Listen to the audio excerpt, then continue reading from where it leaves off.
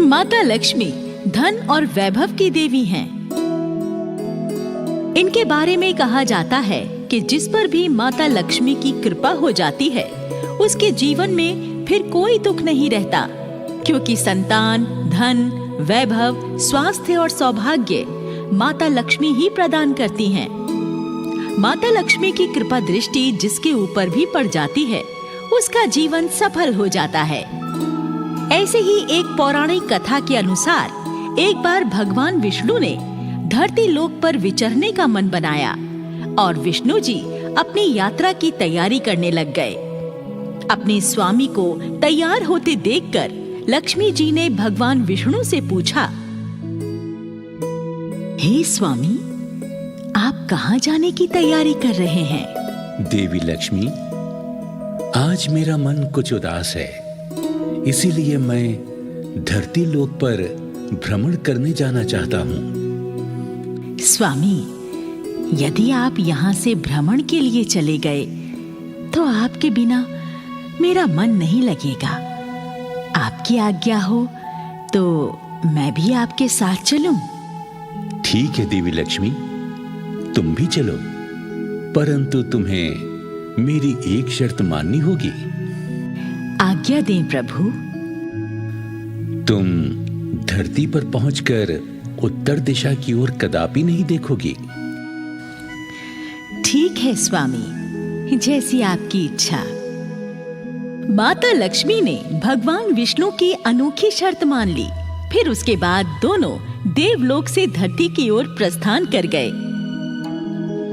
ये प्रातः काल का समय था। सूर्य कुछ ही देर पहले उदय हुआ था। रात बारिश भी हुई थी। मंद मंद हवा चल रही थी।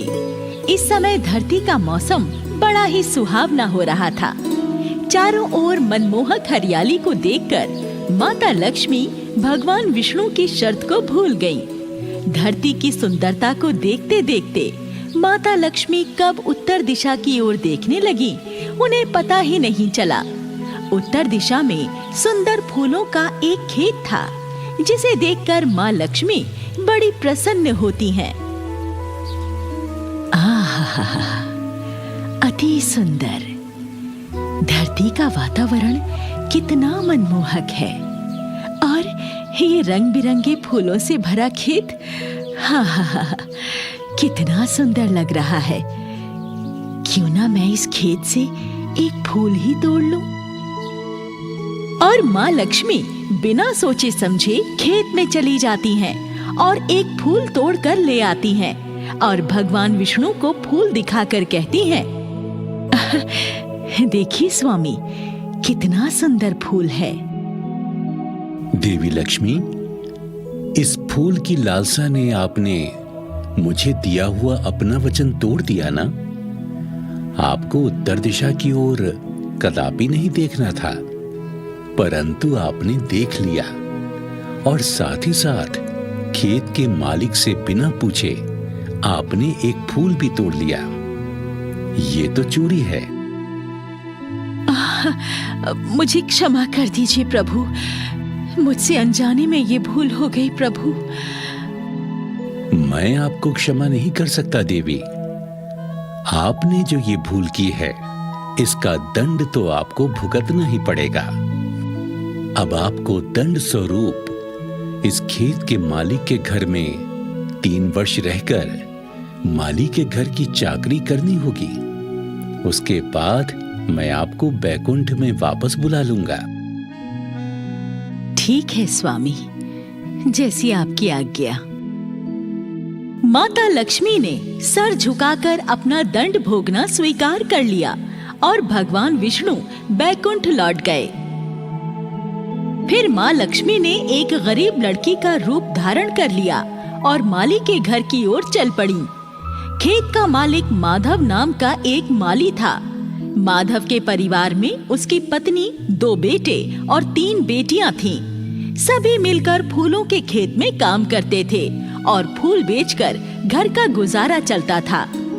खेत से थोड़े ही फासले पर माधव की झोपड़ी थी। माँ लक्ष्मी माधव की झोपड़ी पर आ जाती हैं और माधव से कहती हैं, मेरा नाम लक्ष्मी है। मैं अनाथ और गरीब लड़की हूँ। मैं कई दिनों से भूखी हूँ। आप मुझे अपने घर में आसरा दे दो। मैं एक कोने में पड़ी रहूंगी और घर के सारे काम कर दिया करूंगी। माधव बड़ा ही दयालु आदमी था। लड़की रूपी माँ लक्ष्मी पर माधव को दया आ जाती है और माधव लड़की से कहता है, अब बिटिया, मैं तो बहुत ही गरीब माली हूँ। मेरी कमाई बहुत थोड़ी है, जिससे मेरे घर का खर्च बहुत मुश्किल से चलता है। हम रूखा सूखा खाकर गुजारा कर लेते हैं। यदि तुम भी रूखा सूखा खा सको तो फिर तुम मेरे घर में रह सकती हो। बाबा, आपने मुझ अनाथ पर दया करके मुझे आश्रय दिया। आपका बहुत बहुत धन्यवाद।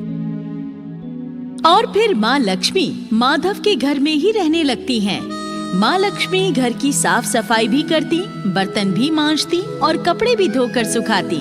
माधव की पत्नी भी माँ लक्ष्मी के काम से खुश होती थी। माँ लक्ष्मी के आ जाने से माधव के काम और कमाई में भी आश्चर्यजनक ढंग से बढ़ोतरी हो गई थी और माधव एक गाय भी खरीद लाया था। तो माधव की पत्नी कहती है, अरे वाह, आप तो गाय भी खरीद लाए। ये तो बहुत अच्छा हो गया। अब हमारे सारे बच्चे और हम दूध दही खा पाएंगे। अरे ये तो सब माता लक्ष्मी की कृपा हुई है। आजकल मेरे फूलों का काम काफी बढ़िया चल रहा है। माता लक्ष्मी माधव की बात सुनकर मन में सोचती हैं, माधव, मैंने कोई चमत्कार नहीं किया। ये सब तुम्हारी मानवता और दयालु स्वभाव का फल है जो तुम्हें प्राप्त हो रहा है। तुमने खुद गरीब होते हुए भी मुझे गरीब लड़की मानकर अपने घर में शरण दी। तुम महान हो माधव। धीरे धीरे दिन गुजरते जाते हैं और माधव को फूलों के काम में काफी अच्छी आमदनी होने लगती है। माधव कुछ खेत और खरीद लेता है और अपने घर को पक्का बनवा लेता है। अब माधव के पास सुख, समृद्धि और धन सभी कुछ था। माता लक्ष्मी माधव के घर के साथ साथ माधव के खेतों में भी काम करवा दिया करती थी। एक दिन की बात है, माधव की पत्नी फूलों के खेत में काम करते करते थक कर बैठ जाती है। तो माँ लक्ष्मी वहाँ आकर कहती हैं, माई, आप थक गई हैं। मैं आपके पाँव दबा दूं, आपकी थकान दूर हो जाएगी। तू कितनी प्यारी है लक्ष्मी, मेरा कितना ख्याल रखती है तू। और माधव की पत्नी लेट जाती है। माँ लक्ष्मी उसके पाँव दबाने लगती हैं। इसी प्रकार कुछ महीने और गुजर जाते हैं। एक दिन की बात है, माधव अपने घर में बैठा हुआ कुछ सोच रहा था। तभी उसकी पत्नी आकर पूछती है, क्या बात है जी, किस सोच में खोए हुए हो? अरे भाग्यवान, मैं सोच रहा हूँ, पहले हम सब मिलकर अपने खेत में कमर तोड़ मेहनत किया करते थे। फिर भी 2 जून की रोटी ढंग से नहीं मिल पाती थी। लेकिन देखो, जिस दिन से लक्ष्मी बेटी हमारे घर में आई है, तब से हमारे वारे न्यारे हो गए हैं। हमें लक्ष्मी के भाग्य से ही ये सब कुछ मिला है। आप ठीक सोच रहे हो जी। ये लक्ष्मी बड़ी प्रतिभावान और भाग्यशाली है। अब ये हमारी ही तो बेटी है, इसलिए हम लक्ष्मी की शादी किसी ऊंचे परिवार में करेंगे। हाँ हाँ, जरूर करेंगे। ये तो हमारा कर्तव्य है। और इसी तरह समय बीतते बीतते पूरे 3 वर्ष गुजर जाते हैं। एक दिन माँ लक्ष्मी गमलों में पानी डाल रही होती हैं कि तभी उन्हें देवयोग से भगवान विष्णु की आवाज सुनाई देती है। देवी लक्ष्मी, आपके दंड के 3 वर्ष आज पूरे हो चुके हैं। आपका दंड भी पूर्ण हो चुका है, इसलिए अब आप वापस बैकुंठ में लौट आइए। जैसी आपकी आज्ञा स्वामी। माधव अपने फूलों के खेतों पर नजर मारकर अपने घर आता है और घर के द्वार पर साक्षात लक्ष्मी जी को बैठी हुई देखकर आश्चर्यचकित रह जाता है। अरे, ये तो मेरी मुंह बोली बिटिया लक्ष्मी जैसी लग रही है, लेकिन इसके मुख पर देवियों जैसा तेज और आभा कैसे आ गई? हे भगवान, ये तेरी क्या लीला है? मुझे देखकर उलझन में मत पड़ो माधव, मैं सत्य में देवी लक्ष्मी ही हूँ। तभी अंदर से माधव की पत्नी और बच्चे भी बाहर आ जाते हैं और वो भी लक्ष्मी जी को साक्षात रूप में देखकर हैरान रह जाते हैं। माधव हाथ जोड़कर कहने लगता है, हे माता लक्ष्मी, हम आपको कभी पहचान नहीं पाए। हमने अनजाने में आपसे घर और खेतों में काम करवाया।